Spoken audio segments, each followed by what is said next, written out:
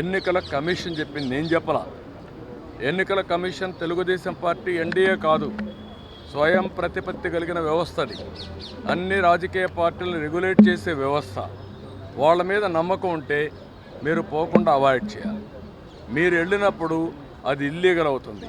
మీరు illegal యాక్టివిటీకి police protection ఇవ్వడం ఎక్కడన్నా మనం చూసామా? మీరు అడగడం ఏంటి?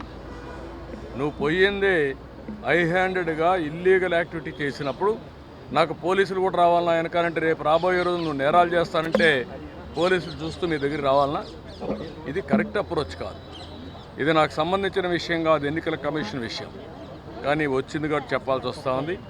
ఇది ప్రజాస్వామ్యం నేను చాలా చూశాను. ఇలాంటి రాజకీయ నాయకుల్ని, ఇలాంటి రాజకీయ పార్టీలను ఎప్పుడు చూడలేదు.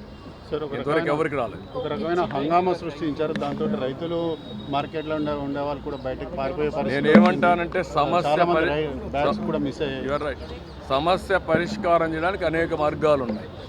ముఖ్యమంత్రికి లెటర్ రాయొచ్చు, లేకపోతే మంత్రికి లెటర్ రాయొచ్చు, లేకపోతే ప్రెస్ ద్వారా చెప్పచ్చు, లేకపోతే గవర్నర్కి రిప్రజెంట్ చేయొచ్చు, లేకపోతే కేంద్ర ప్రభుత్వానికి వచ్చి చెప్పచ్చు. అట్లా చేయకుండా వాళ్లకు అసౌకర్యం కలిగించే విధంగా లేకపోతే అసెంబ్లీలో మాట్లాడచ్చు. మార్గాలు అనేక ఉన్నాయి రాజకీయ పార్టీలకి. ఆ పార్టీలు అవలంబించే తీరు చాలా ముఖ్యం.